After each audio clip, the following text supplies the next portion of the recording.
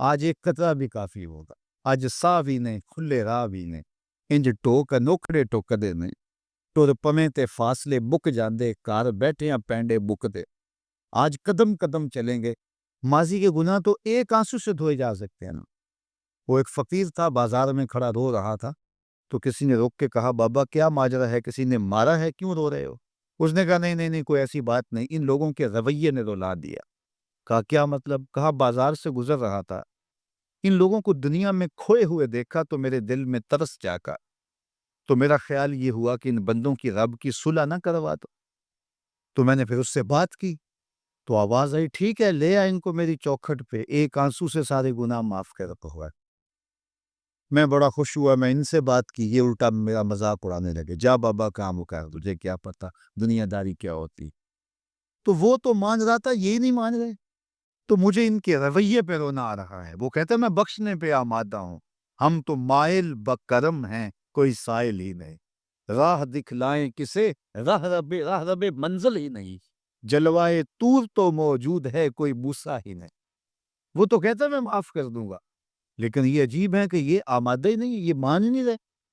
تو مجھے ان کے رویے پہ افسوس آ گیا، ان کے رویے پہ رونا آ گیا، اس لیے میں رو رہا ہوں، کرنے نے مجھے مارا نہیں، کوئی تکلیف نہیں پہنچائی۔ خیر اگلے دن وہی بزرگ قبرستان کے قریب سے گزرے تو دیکھا کہ وہ بابا قبرستان میں کھڑا رو رہا ہے، تو پھر روک گیا کہ بابا بازاروں میں بھی روتا ہے، قبرستانوں میں بھی روتا ہے، آج کیا ماجرا ہے؟ کہا آج بھی میرا ماجرا کل والا ہی۔ کہا کیا مطلب ہے؟ کہا کل بازار سے گزر رہا تھا، ان کو دنیا میں کھوئے ہوئے دیکھا، میرے دل میں ترس جاگا، تو میرا خیال ہوا ان بندوں کی اور رب کی صلح کروا دو۔ تو وہ تو مان رہا تھا، وہ بندے ہی نہ مانے، تو آج میں ادھر آ گیا، میں نے کہا چلو ان سے بات کرتے۔ آج میرا خیال یہ ہوا کہ قبرستان والوں کی اور رب کی صلح کروا دو۔ تو کہا پھر آج کیا بنا؟ کہا آج یہ مان گئے ہیں، وہ نہیں مانتا۔ تو صاحبو آج وہ مان رہا ہے، آج ہم مان جائیں۔ میں نے کتب میں پڑھا ہے کل قیامت کے دن نیکوکار بھی پچھتائیں گے۔ بدکاروں کا پچھتانا تو سمجھ میں آتا ہے، نیکوکار کیا کیوں پچھتائیں گے؟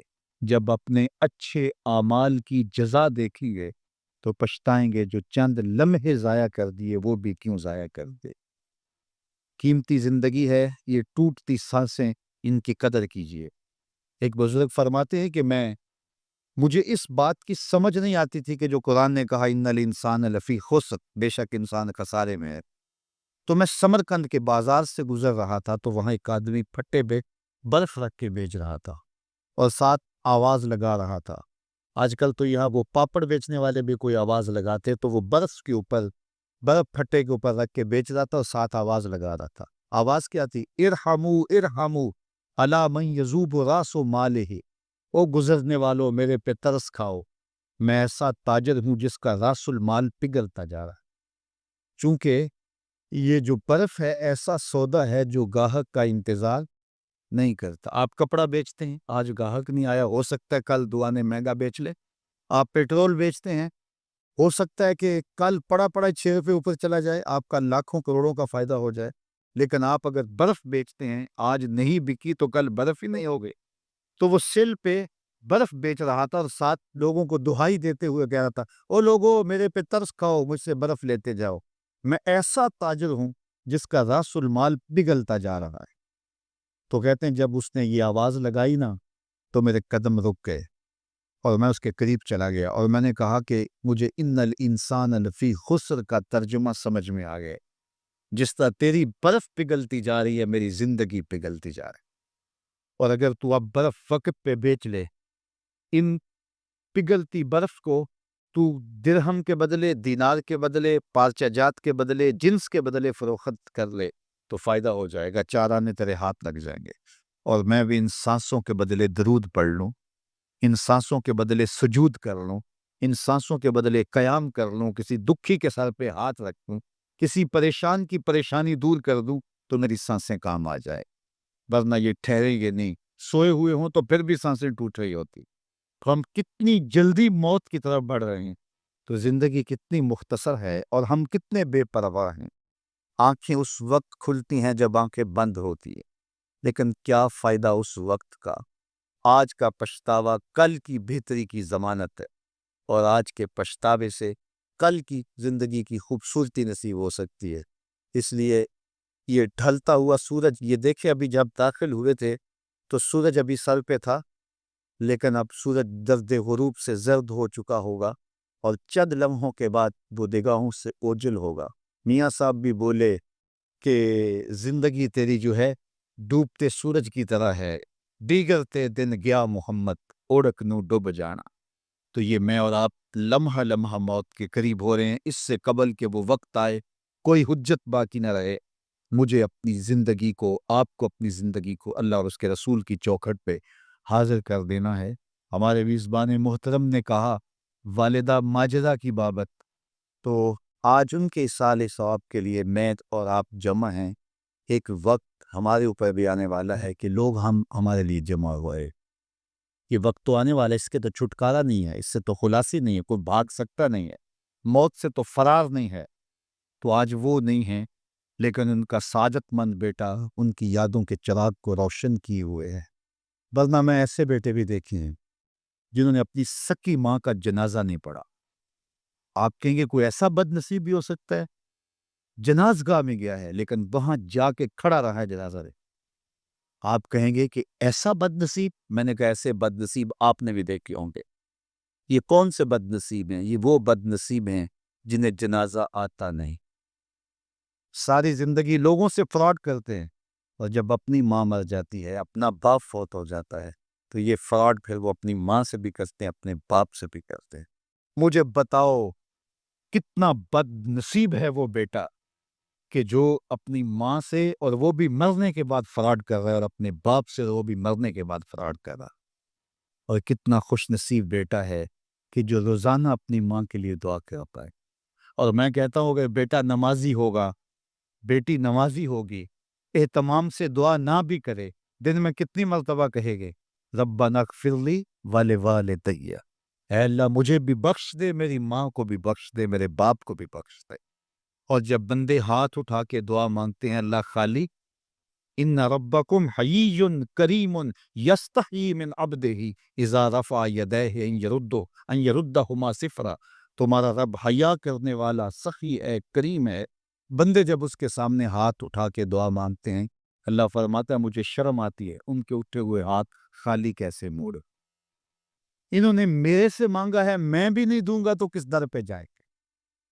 میں ایک دیہاتی بات کرنا چاہتا ہوں، اتنے لوگ جتنے آپ یہاں بیٹھے ہیں، اتنے لوگ اٹھ کے کسی دنیا دار کے ڈیرے پہ چلے جائیں اور اس سے کچھ مانگیں اور وہ دے سکتا بھی ہوگی، تو کیا وہ آپ کو خالی لوٹا دے گا؟ وہ کہے گا ڈیرہ داری کی شان کے خلاف ہے کہ اتنے لوگ دروازے پہ آ گئے اور ان کو خالی موڑ دوں۔ تو جب تم اتنے بڑے ڈیرہ دار ہو اور تمہیں اتنی غیرت ہے کہ اتنے لوگوں کو خالی نہیں موڑتے، تو کریم خالی موڑتے؟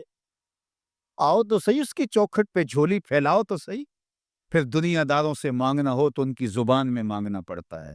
اللہ سے جس زبان میں مرضی ماں، عربی میں مانگو، اردو میں مانگو، ہندی میں مانگو، سندھی میں مانگو، اقبال کے لہجے میں مانگو، سادی کے انداز میں مانگو، نہیں مانگنا آتا خالی ہاتھ پھیلا دو، وہ بند لبوں کی بولیاں بھی سنتا ہے۔ آؤ تو صحیح اس کی چوکھٹ پہ، اپنے ہاتھ پھیلاؤ تو صحیح۔ دنیا داروں سے مانگے تو ناراض ہوتی، خدا سے نہ مانگو تو ناراض ہوتا ہے۔ اللہ کل ما یابو بکم ربی لولا دعاؤکم، آؤ نا اس کی چوکھٹ پہ، دستے طلب دراز کرو۔ دنیا داروں سے مانگنے کے لیے وقت چاہیے۔ اس وقت تو صاحب سوئے ہوں گے، اس وقت تو ناشتہ کر رہے ہوں گے، اس وقت تو بیوی بچوں کے ساتھ مشغول ہوں گے، لیکن اللہ سے جب بھی مانگو، پچھلے پہر کنڈی کھڑکاؤ در رحمت کھلا پاؤ گے۔ دن کو مانگو، رات کو مانگو، مانگو تو صحیح، وہ تو اتنا کریم ہے۔ اچھا بت کو سامنے کھڑا کیا ہے اور زلیخا ہاتھ جوڑے بت کے آگے پکار کرتی ہے، روزانہ سے شام کھڑی ہو جاتی، یا صنمی یا صنمی، اے میرے بت، اے میرے بت، بچھڑا ہوا یوسف ملا دے۔ سحر دم تک پکارتی رہتی، عمر بیت گئی، چہرے پہ جھریاں آ گئی، بڑھاپا طاری ہو گیا۔ ایک دن رات کا پچھلا پہر ہے، بت کے آگے ہاتھ جوڑے یا صنمی کا وظیفہ پڑھ رہی ہے۔ اچانک نیند کا جھٹکا آ گیا، زبان پل کھا گئی، بولی یا سمادی، یا سمادی۔ کہا جبریل جلدی جا، یوسف کے گھوڑے کا رخ موڑ دے۔ یا اللہ تجھے تو نہیں پکار رہی، وہ تو بت کو پکار رہی ہے۔ زبان پل کھا گئی، یا صنمی کی بجائے یا سمادی کے لفظ زبان پہ آ کے کہا جبریل اتنا عرصہ ہوا بت کو پکارتے ہوئے، اس نے کوئی جواب نہیں دیا، آج جیسے بھی اس کے لبوں پہ میرا نام تو آیا ہے، اگر میں نے بھی جواب نہ دیا میرے اور بت میں فرق کیا ہوا؟ تو آؤ آج کی اس مجلس میں ہم ان کی والدہ کے لیے دعا مانگیں۔ اے عرش کے مالک، ان کی والدہ کو حضور کی ماں کا صدقہ جنت کی بہاریں عطا کر، اور ہم اپنے ماں باپ کے لیے بھی دعائیں مانگے۔ اے اللہ ہمارے ماں باپ کی مغفرت فرما، ماں باپ کی قدر کرو۔ میں نے یہ بھی پڑھا ہے، جو اپنے والدین کے لیے روزانہ دعا مانگتا ہے، والدین زندہ ہوں تب بھی، فوت ہو گئے ہوں تب بھی، روزانہ ماں باپ کے لیے جو شخص دعا مانگتا ہے، ساری زندگی اس کے رزق میں بے برکتی نہیں آ سکتی۔ تو اپنے ماں باپ کو اگر زندہ ہیں تو قدر کرو، فوت ہو گئے ہیں تو ان کے لیے کثرت کے ساتھ دعا کرو۔ یہ گھنا سایہ ہے۔ کبھی آپ نے درخت کو دیکھا ہے کہ ساری دھوپ اپنے پتوں میں جذب کرتا ہے اور نیچے بیٹھنے والوں کو چھاؤں دیتا ہے؟ ماں باپ سارے دکھ اپنے اوپر لیتے ہیں، اپنی اولاد کو آسائش اور راحت پہنچاتی۔ قدر نعمت زوال نعمت کے بعد ہوتی ہے، جب نعمت پاس ہو تو قدر نہیں ہوتی، جب چھنتی ہے تو پتہ چلتا ہے کہ کتنی بڑی دولت تھی جو چھن گئی۔ میں تو آپ کیا، میری اور آپ کی حیثیت کیا، ماں کی کمی تو آمنہ کے لال نے بھی محسوس کی ہے۔ ایک دن حضور مسجد نبوی میں تشریف لائے، تا حد نظر صحابہ تھے۔ الحاوی للفتاوی میں امام سیوطی نے لکھا ہے، حضور کو دیکھا تو ادب سے کھڑے ہو گئے، بس یہ منظر دیکھنا تھا کہ چشمان اقتس سے آنسو چم چم جاری ہو گئے، اور حضور نے ایک ٹھنڈی آہ بھری اور روتے ہوئے کہا، لو ادرکت والدی او احدہما، کاش آج میرے ماں باپ زندہ ہوتے۔ انسان نے دکھوں کا دور دیکھا ہو نا، اچانک خوشحالیاں مل جائیں تو پھر انسان یہ آرزو کرتا ہے کہ میرے ماں باپ نے میرا وہ غربت کا دور دیکھا تھا، آج دولت کی چہل پہل بھی دیکھتے، آج میرے آنگن میں بہاریں بھی دیکھتے تو کتنے خوش ہوتے۔ اب حضور جب پیدا ہوئے تھے تو باپ کا سایہ سر پہ نہیں تھا۔ 6 سال کی عمر تھی، اپنی ماں کے ساتھ حضور مدینہ المنورہ گئے۔ واپسی ابوا کے مقام پہ حضرت آمنہ کی طبیعت خراب ہو گئی، اور انہیں لگا کہ یہ میری بیماری جان لیوا ہے۔ ایمن کو بلایا، کہا میرے بیٹے کو بحفاظت امیر قریش تک پہنچا دینا۔ پھر خود حضور کے سر پہ ہاتھ رکھا۔ سیدہ آمنہ سلام اللہ علیہا حضور سے کوئی باتیں کرنا چاہ رہی تھی، لیکن ضبط کے بندھن ٹوٹ گئے۔ ابن حشام سیرت کی پہلی کتاب ہے، اس میں تفصیل سے یہ واقعہ موجود ہے۔ جب سر پہ ہاتھ رکھا تو حضرت آمنہ کی آنکھیں چھلکنے لگی، اور روتے ہوئے آپ نے چند جملے کہے، کہا بیٹا ہر نئی چیز نے پرانا ہو جانا ہے، ہر باقی نے فنا ہو جانا ہے۔